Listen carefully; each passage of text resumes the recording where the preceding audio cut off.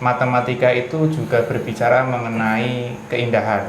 Skripsinya apa, Mas? Skripsi saya menganalisis sepak bola dari fisikanya. Tenan pura. Tenang. Saya membahas tendangan Roberto Carlos Oh, yang ketika ngene itu ya. tur pramusim di Dikepek gitu ya. tahun 97. Beberapa menteri kan Bapak Pendidikan Indonesia bukan Ki Hajar Dewantara, Dendres itu. Jadi bagaimana membuat lulusan-lulusan itu menjadi pekerja.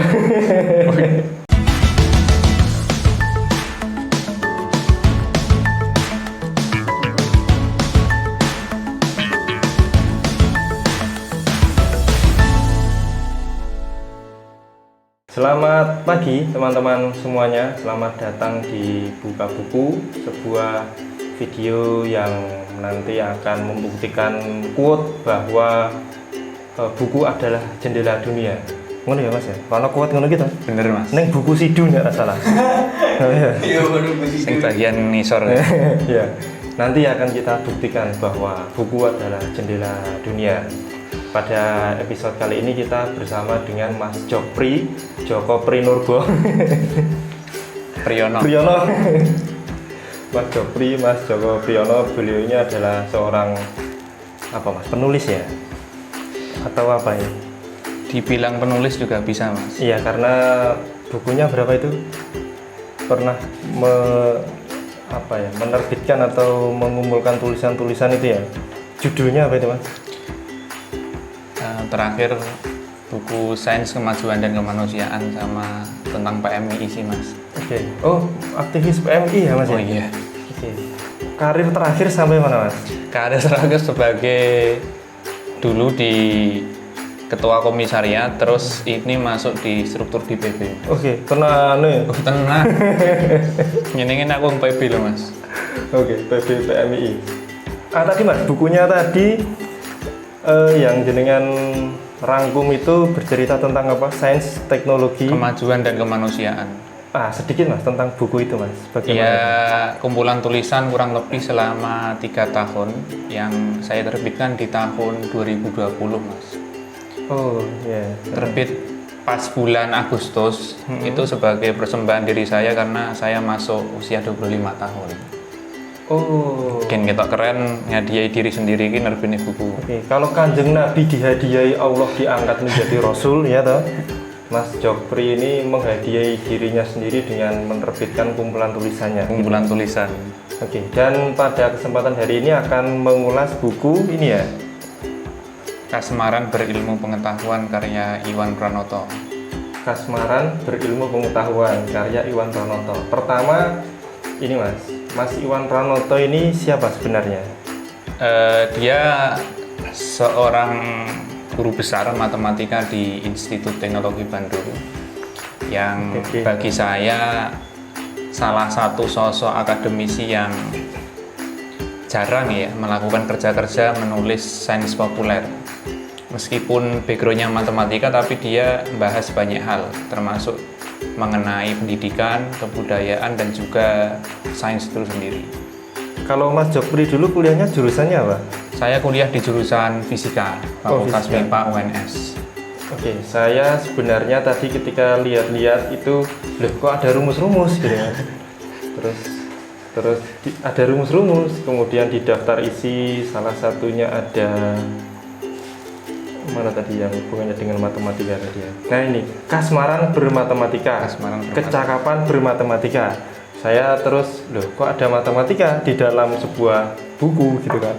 Saya lihat biodata penulis, oh ternyata guru besar matematika yang di ITB. Oke, ada sedikit irisan berarti nanti coba akan kita perdalam khusus di bab matematika. Tapi pertanyaan template Mas, ketemu buku ini bagaimana ceritanya? Sebenarnya ini Mas, pengalaman melihat bukunya Iwan Pranoto itu pas terbit, ketika main di Gramedia itu sudah lihat ya di tahun 2019 kan buku itu terbit. Cuma belum ada semacam ketertarikan untuk membeli. Yang ini, buku ini? Yang itu. Karena bagi saya mengenal sosok Iwan Pranoto itu baru saja. Ternyata dia telah banyak menulis tulisan-tulisan sains populer di media utamanya di Harian Kompas. Terus saya baru menemukan di 2020, kebetulan terkoneksi ataupun apa ya, didasarkan pada kebutuhan. Saya sedang meriset perkembangan sains populer di Indonesia. Karena tidak banyak kita itu mengenal nama-nama, baik itu penulis maupun ya akademisi lah ya, yang itu menggeluti tulisan-tulisan sains populer juga. Ya kebanyakan kan menulis jurnal yang berindeks internasional itulah. Oke, sebenarnya cukup biasa-biasa saja pertemuannya. Cuma kebutuhan intelektual tadi ya Mas ya, yang terus menggerakkan Mas Jopri untuk membeli buku ini. Kesan pertama terhadap buku ini bagaimana Mas? Sangat begitu menarik Mas, karena ya tadi dilandasi tidak banyak. Mungkin ketika Masnya pernah baca bukunya Muhyiddin M. Dahlan yang judulnya Inilah Esai. Muhyiddin di sana menyebutkan nama-nama tokoh di Indonesia yang menggeluti tulisan di bidang sains dan teknologi itu hanya ada beberapa. Kita hanya mengenal seperti Karl Nasupeli, dia seorang dosen filsafat sekarang di SDA Tridharma, kemudian Lek Wilarjo, guru besar fisika di UKSW Salatiga. Kemudian ada Sujoko itu dia dosen juga di ITB. Terus yang mungkin dibilang baru ada sosok Nirwan Ahmad Arsuga, pendiri Pustaka Bergerak Indonesia yang notabene dia background-nya lulusan teknik nuklir UGM. Oke. Terus kaitannya dengan buku ini? Saya menaruh perhatian dalam tulisan-tulisan sains populer mungkin dalam tahun-tahun masa-masa kuliah ya. Karena saya kuliah juga lama Mas. 14 semester baru selesai. Lama saya. Berapa Mas? 16. IS atau UMS sih 16 semester Mas? Kalau ketua cabang bisa. Oh iya, karena ketua cabang privilege-nya kuat ya. Saya rada mangkel mungkin Mas bahasanya dengan dunia akademis ataupun dunia perkuliahan yang kita itu hanya diajarkan pada biasanya ketika kita mendengar istilah fisika, kimia, biologi, matematika itu kan kepala kita langsung mesti sini rumus dan lain sebagainya. Ruwet, angel. Padahal di sana kan ada peran misalkan komunikasi, bagaimana menyampaikan ilmu pengetahuan itu ke khalayak umum. Nggak mungkin kan masyarakat itu kan harus mengikuti misalkan persamaan-persamaan matematika yang ada. Maka kemudian kita menemukan titik temu penggunaan istilah sains populer ini dimaksudkan sebagai tulisan sains berkaitan mengenai ilmu pengetahuan maupun teknologi yang itu disajikan dengan bahasa mudah. Artinya kelompok pembaca awam ya, atau dalam hal ini yang masyarakat secara luas itu membaca itu bisa mengikuti apa yang dimaksudkan ataupun gagasan apa yang ingin disampaikan oleh tiap penulis. Oke. PR-nya itu ya Mas ya. PR-nya sampai itu. hari ini stigma MIPA itu, fisika, matematika, kimia itu dijauhi anak-anak, dijauhi atau bahkan dibenci siswa begitu ya. Pak Iwan Pranoto sampai ke situ nggak? Ke solusi nggak? Dia juga berbicara mengenai bagaimana peran media massa, mencontohkan di beberapa negara. Salah satu negara yang kuat itu Amerika Serikat. Kuat apanya itu? Bagaimana ilmuwan itu juga bertanggung jawab dalam sampainya gagasan-gagasan ataupun konsep-konsep yang ada di dalam ilmu di masyarakat secara umum. Emang Indonesia nggak bertanggung jawab? Tidak banyak media yang menjadikan sains dan teknologi itu sebagai arus utama. Kita hanya disajikan kebanyakan mungkin bagi saya ya isu-isu mengenai politik, sosial, dan kebudayaan lah. Sains dan teknologi mungkin hanya bagian kecil saja dan tidak menjadi arus utama. Itu kenapa itu? Apakah kualitas media massa atau? Bisa saja ya kualitas media massa, dan juga mungkin ketika kita tarik dalam situasi kebudayaan ilmiah kita ya ini sih berkaitan dengan masing-masing perguruan tinggi. Utamanya kan kita juga berbicara kampus dengan adanya akademisi yang hari ini ya kita harus sadar paradigma yang muncul itu kan, akademisi itu kan mencari angka kredit itu dengan menulis jurnal tadi Mas, ketimbang menulis misalkan di media. Mayoritas begitu ya? Mayoritas begitu, sepengamatan saya. Oke, terus masuk ke buku ini Mas, ini kan dibagi per bab ya. Ini apakah berurutan, ada hubungannya atau terpisah atau bagaimana? Keseluruhan tulisan yang ada di buku itu merupakan tulisan secara terpisah, artinya esai ataupun ini ya, kolom-kolom yang pernah dimuat di Harian Kompas dalam kurun waktu 2012 sampai 2018. Cuma kemudian ada kepentingan ya, barangkali kan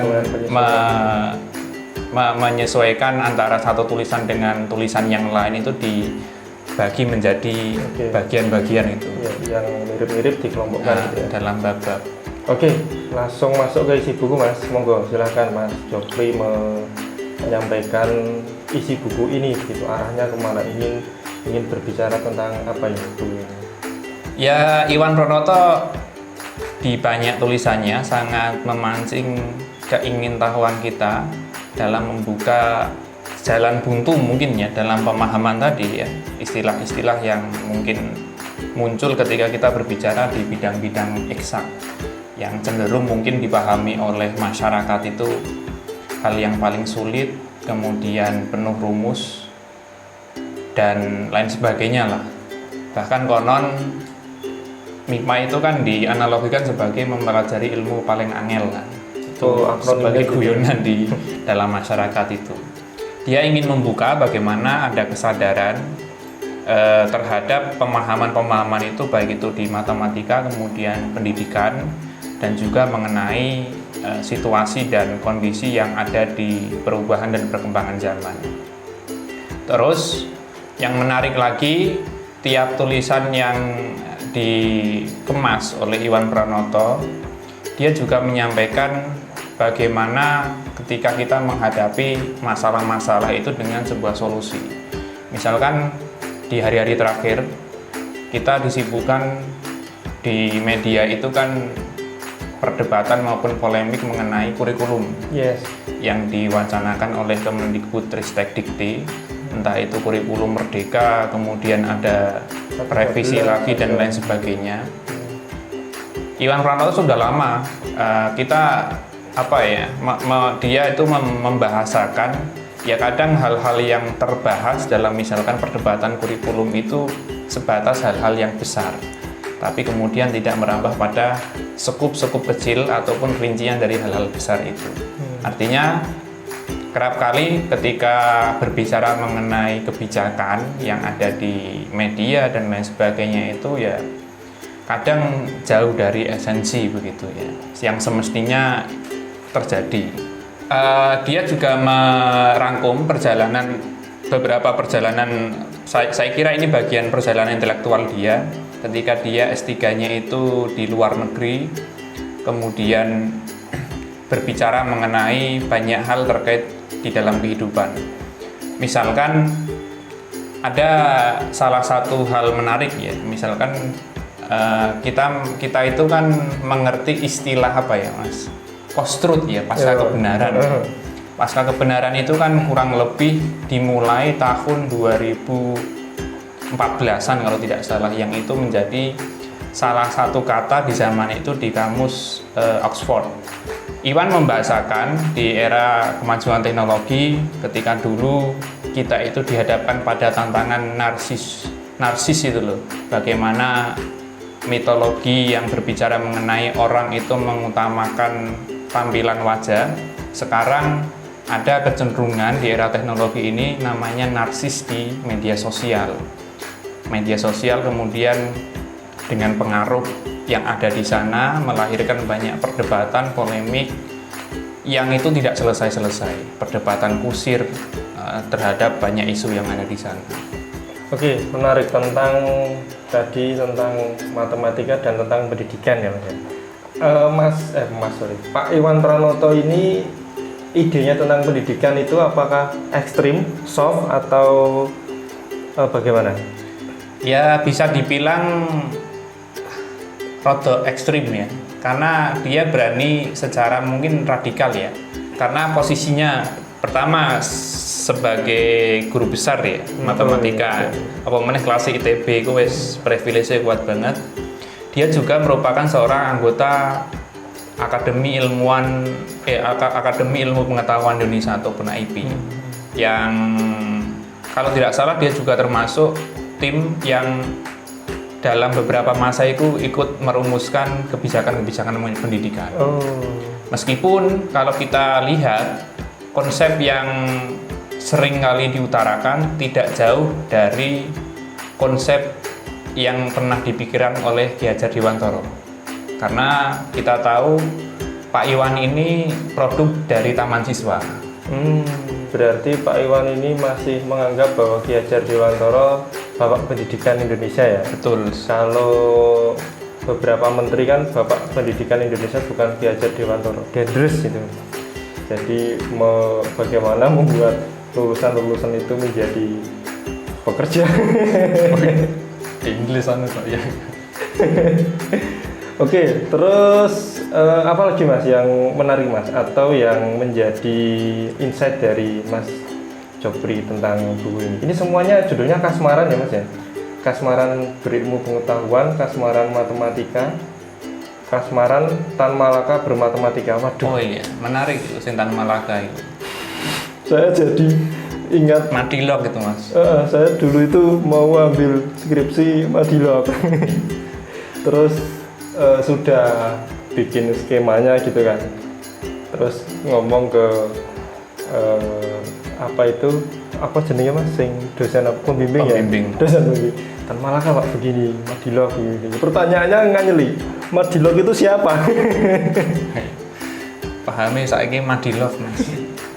Madilog itu siapa? Loh, rata lanjut ya. Akhirnya PTK.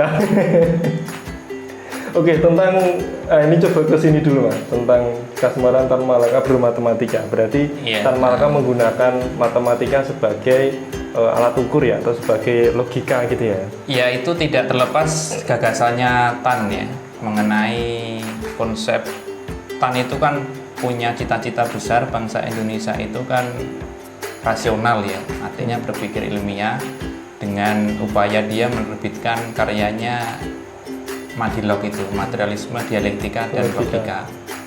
Yang mungkin sekalipun itu bagi teman-teman aktivis sangat mengalami kesulitan dan kesusahan dalam mengeja tulisan demi tulisan yang ada di buku itu. Iwan ingin menyampaikan bahwasanya sosok Tan Malaka ini penting bagi perkembangan konsep, terutama ya visi ilmu pengetahuan yang ada di Indonesia, yang mana salah satunya tadi ditegaskan dengan bukunya yang Madilog itu. Meskipun nanti kita akan melihat, misalkan ketika kita berbicara Tan Malaka secara mendalam, ada hal yang mungkin ya itu menjadi kontroversi dan lain sebagainya. Misalkan gagasan-gagasan dia mungkin tidak mendapatkan perhatian dan lain sebagainya lah. Dan mungkin buku-bukunya hari ini juga dipandang sebagai buku kiri yang bagi kalangan-kalangan tertentu itu harus dihindari atau bahkan memang harus dibumi hanguskan. Saya pengen mendekte ini Mas. Terus di bab ini Mas, ini nggak tahu ya kok mundurnya jauh ke sini. Mencari kurikulum Sriwijaya. Nah, yang menarik ya benar, Sriwijaya itu kan ada kampusnya dulu namanya Universitas Nalanda. Saya kira Unisri, Universitas Sriwijaya. Salam Triadi Mas. Ya, terus. Nah, saya kira Unisri sing saya kan Unisri yang Palembang kan. Oh. Tapi yang Universitas Nalanda yang konon dalam paparan Iwan Pranoto itu di zamannya Universitas Nalanda itu kan sudah menjadikan sains dan teknologi itu sebagai arus utama. Dan nanti ketika kita berbicara, ketika membaca tulisan itu, kita akan tahu nanti relasinya dengan India. Dalam dunia matematika, India itu sangat penting. Betul. Karena di sana ditemukannya angka nol. Loh, angka nol bukannya aljabar. Al-Khwarizmi. Al-Khwarizmi itu kan yang teori algoritma. Yang terkenal, oke, ada banyak apa namanya sumber sih ya. Orang-orang Islam mungkin kanan itu Al-Khwarizmi, penemu angka 0 yang terus kemudian sekarang menjadi kode-kode biner komputer, HP benar. itu kampanyenya itu orang Islam, orang Muslim, Al-Khwarizmi. Oke. India punya ilmuwan matematika terkenal namanya Ramanujan itu, yang filmnya judulnya apa ya, yang filmnya Ramanujan itu ya, itu juga keren juga. Nah, terus tentang India tadi bagaimana, Mas?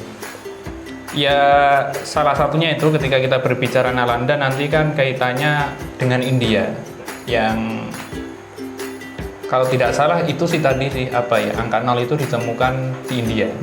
Jadi di luar angka 1 sampai 9 itu yang beda itu nasib si angka 0 ini angka 0 itu ditemukan di India. Kemudian dia ingin mengajak menziarahi sejarah masa lalu, bagaimana peradaban yang ada di India, yang saya kira itu salah satu wilayah penting dalam skup peradaban timur. Maka kemudian ketika kita berbicara filsafat kan biasanya filsafat India itu tidak akan bisa dilepaskan dalam tradisi filsafat timur. Ya, ini di bab saya juga ada ya, Mas, pemutakhiran jejak 0 ini ya. Nah, Mas, biar teman-teman juga tahu bahwa belajar matematika tidak hanya rumus ya, tapi juga ada sejarah, ada filosofi. Mungkin nanti kita akan masuk ke aplikasi begitu. Nah, pertama ke sini dulu, pemutakhiran jejak 0. Itu salah satu esainya ya. Saya kurang begitu ingat ya yang tulisan itu ya. Coba. Ya cuma kalau kemudian ditarik sih Mas, bagaimana konsep Iwan itu. Jadi matematika itu sebenarnya nanti kan buku ini akan sangat begitu erat dengan buku kedua yang dia tulis bersama dengan salah satu mahasiswanya di ITB, mahasiswa S3-nya. Judulnya Kasmaran dalam Matematika. Kasmaran berpikir majemuk dalam matematika. Yang kita akan dihadapkan bahwasanya matematika itu tidak hanya berbicara urusan hitung-menghitung ya. Karena kita itu punya ingatan matematika ya Pipolondo, Pengporokan Sudo, dan lain sebagainya lah. Cuma kemudian sebenarnya matematika ini memiliki fungsi bagaimana kita mengerti akan kemajemukan dalam hidup. Maka ketika berbicara mengenai kebinekaan, sebenarnya matematika itu salah satu alat, salah satu gagasan penting dalam mempelajari kebinekaan. Cuma kemudian yang dikritik oleh Iwan Pranoto dalam pembelajaran di berbagai tingkatan pendidikan yang ada di Indonesia, kerap kali matematika itu diajarkan secara dogmatis. Iya, betul. Artinya dalam memperoleh sesuatu, seorang siswa harus nurut dan wajib apa yang diajarkan oleh pengajar. Caranya harus begitu. Caranya harus begitu. Ketika cara beda, ya itu dianggap salah. Nah, itu bagi Iwan Pranoto hal yang keliru, bahwasanya di matematika itu bisa saja menggunakan berbagai cara, tapi pada akhirnya bisa menemukan hasil yang sama. Dan caranya juga harus konsisten gitu ya. Artinya ada prinsip-prinsip dan kaidah-kaidah yang sudah disepakati. Berarti permasalahan juga terdapat pada pengajar ya Mas ya? Pengajar maksudnya? Di pengajar, guru? Ya, di guru. Solusinya bagaimana itu? Ya, maka kemudian di salah satu esai yang ada di sana, Iwan Pranoto mengimajinasikan bahwasanya pendidikan itu yang terdiri dari relasi antara guru dan murid. Guru itu sebagai pemandu wisata. Oh, ini taman siswa sekali ya? Ya, benar. Jadi guru tidak bisa kemudian misalkan mengajari secara katakanlah hanya satu cara yang dia pahami, kemudian tidak memberikan kebebasan tiap siswa dalam mengeksplorasi pengetahuan, berimajinasi dan lain sebagainya. Tapi posisi guru sebagai pemandu wisata itu ada semacam ranah kebebasan, bagaimana tiap-tiap siswa itu dalam prosesnya akan menemukan jalannya sendiri-sendiri dalam memahami ilmu pengetahuan. Itu aplikasinya susah loh, masa guru di training begitu? yang susah sekali, apalagi sudah terikat di kurikulum. Oh iya. Sangel Mas iki. Kelihatannya di mana ya, Jepang atau Cina ya, justru yang mengajar matematika tingkat dasar itu malah pendidikannya yang tinggi gitu ya. Terus saya ingin bertanya ini, ketika Mas Jokri dulu kuliah fisika, itu apakah menemui hal yang sama atau ada yang menarik atau bagaimana? Ya mungkin tidak ada hal yang sangat menarik dan biasa-biasa saja ketika kita menjalani kuliah ya.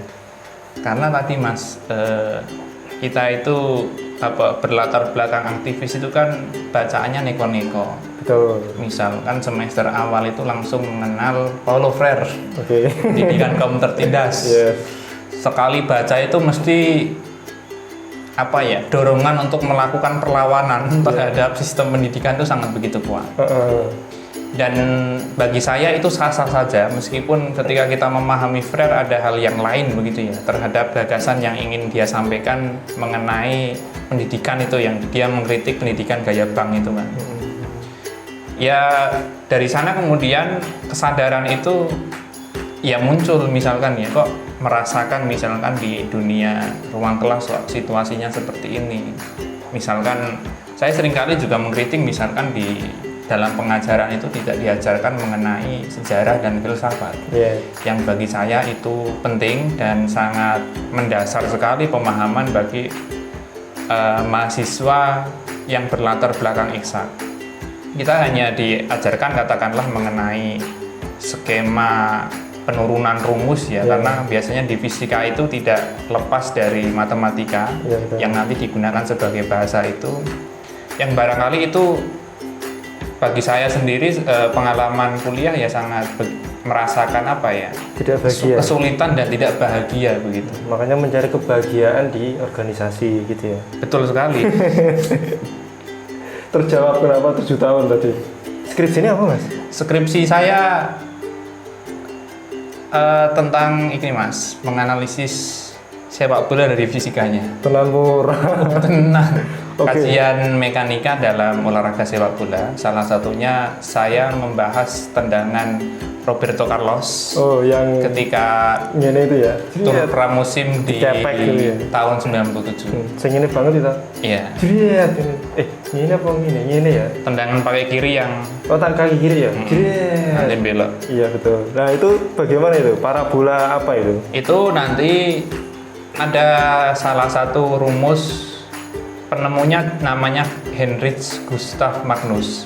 Dia berkebangsaan Jerman yang menemukan istilah namanya efek Magnus. Jadi sebuah tendangan dalam sepak bola kan diberi tekanan gaya ya. Nah, bola itu dalam perjalanannya bisa berbelok arah karena ada perbedaan tekanan yang lahir di antara dua sisi yang berbeda, yang bergesekan. Ya nanti ketika ini ada faktor-faktor lain, misalkan mengenai tekanan udara yang ada di sekitarannya, kemudian posisi tendangannya itu juga berpengaruh. Dan belum tentu itu, misalkan Roberto Carlos di Indonesia belum tentu bisa melakukannya. Karena tekanan udara antara satu negara dengan negara yang lain itu kan berbeda-beda. Dan itu gol, nek ra gol ora viral ya. Bener. Nek ra gol ora viral. Kesimpulannya apa di skripsi itu? Atau jangan kesimpulan dulu, hipotesis. Hipotesis yang menarik justru ini, ketika ujian skripsi itu yang ditanyakan dari dosen penguji itu yang sebenarnya tidak berkaitan dengan skripsi saya. Pertanyaannya adalah kenapa sepak bola di Indonesia kok nggak maju-maju? Kan kemudian saya jawab itu kan permasalahan lain ya, tidak ada kaitannya mengenai. Ada, kudunya ada Mas. Misalnya karena sejak kecil mereka ketika SD belajar fisikanya keliru, ngono.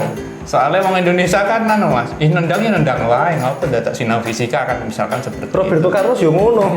Arep nyaduk ora sinau Magnus gimana? Iya. Kan itu kadang isengannya yang dilakukan oleh orang-orang yang menekuni di fisika kan Mas. Wong nendang dihitung, terus wong pelanyu dihitung.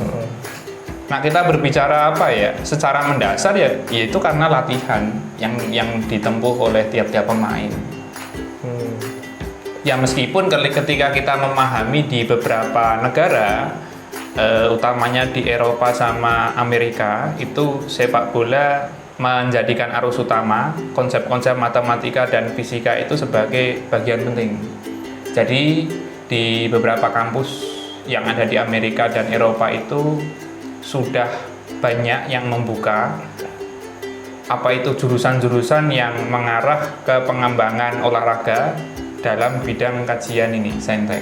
Nah, tadi rumusan masalahnya apa tadi, Mas? Rumusan Pengen menjawab masalahnya apa kenapa bisa terjadi? Terjawab ketika salah satu analisis yang digunakan itu kan teorinya efek Magnus, kemudian kita menggunakan bahasa pemrograman, jadi melakukan simulasi. Kan ada unsur-unsurnya nih Mas, bagian-bagian rumusnya Bang. Di dalam pemrograman itu nanti dimasukkan, misalnya ketika kecepatan yang diberikan berapa, nanti sudut tembak yang dihadirkan berapa, nanti jarak maksimum yang akan ditempuh bola itu berapa, kemudian jarak tingginya bola itu berapa, sama apa itu gaya-gaya yang bekerja di sana, baik itu efek Magnusnya, kemudian gaya spin dan lain sebagainya. Banyak itu Mas. Oke. Malah mumpet Mas bahas skripsiku. Roberto Carlos ya. Yeah. Oke, terakhir yang tema yang kita simpan tadi Mas, tentang matematika. Ini ada dua apa ya namanya ya? Di bawahnya bab itu apa? Poin ya. Kasmaran bermatematika dan kecakapan bermatematika. Nah itu bagaimana itu? Bagaimana Pak Iwan Pranoto ini yang sebagai guru besar matematika itu menaruh ide-idenya di dalam judul ini, Kasmaran bermatematika. Ya, dia ingin mengembalikan tadi fungsi maupun keberadaan matematika itu yang anti mainstream lah. Sebagaimana mainstream yang terjadi hari ini kan pikiran banyak orang terhadap matematika itu hal yang rumit begitu. Dia ingin menekankan bahwasanya matematika itu juga berbicara mengenai keindahan. Betul. Nah, ini bisa kita lacak salah satu peraih Nobel sastra Bertrand Russell ya, yang dari Inggris itu. Dia ternyata backgroundnya seorang matematika. Yes, ada apa namanya ya? Apa teori atau paradoksnya yang belum terselesaikan sampai hari ini. Di videonya Martin saya nonton itu. Sangat ya, Bertrand Russell ternyata yang kita kenal sosial ternyata ternyata matematikawan gitu. Dia justru latar belakangnya matematika. Ini kemudian kenapa ketika kita berbicara matematika, misalkan ada teori yang mengatakan bahwasanya matematika itu kan kesepakatan. Betul. Terus matematika itu dalam banyak bidang nanti akan menjadi poin mendasar ya. Misalkan ketika kita berbicara di fisika, kimia, matematika ini digunakan sebagai bahasa. Iya, betul. Karena kalau kita hanya mengandalkan pembahasaan secara misalkan tidak menggunakan matematika akan sangat begitu jauh dan panjang sekali. Terus juga menekankan bagaimana rasa kasmaran ini kan pengertiannya kan kurang lebih kan sebagai jatuh cinta begitu ya. Artinya memang pemahaman matematika ini sebagai konsep mendasar di dalam berbagai ilmu pengetahuan itu menjadikan semangat berpikir di berbagai kalangan ya, nggak hanya misalkan yang ada di ranah pendidikan saja, tapi di kalangan masyarakat umum dengan diperkuat bagaimana kesejarahan bangsa Indonesia. Misalkan tadi Tan Malaka yang sebenarnya jauh-jauh hari sudah bercita-cita bahwasanya bangsa Indonesia itu perlu memperhatikan pikiran ilmiah dengan menerbitkan bukunya Madilog misalkan. Harus rasional.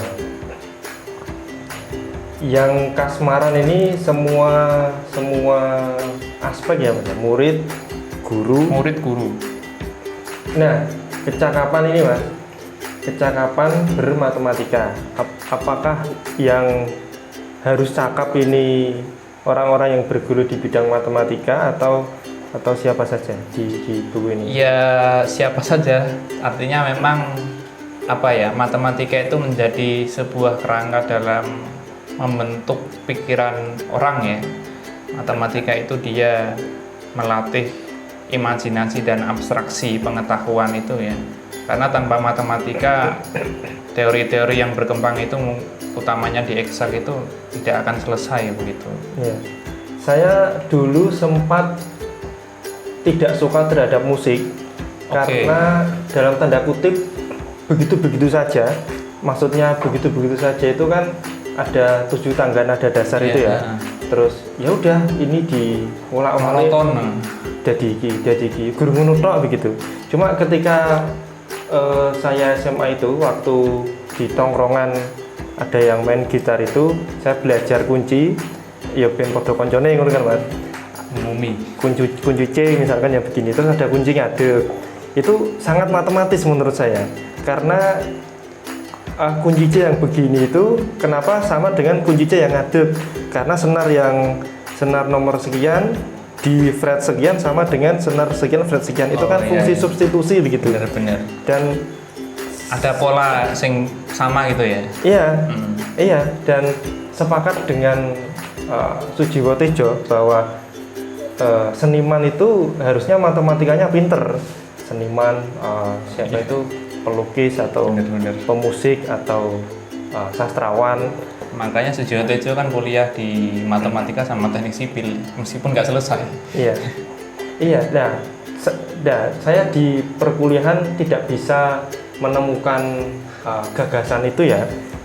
Ya hipotesisnya Sujiwo Tejo karena matematika diajarkan secara salah begitu. Iya.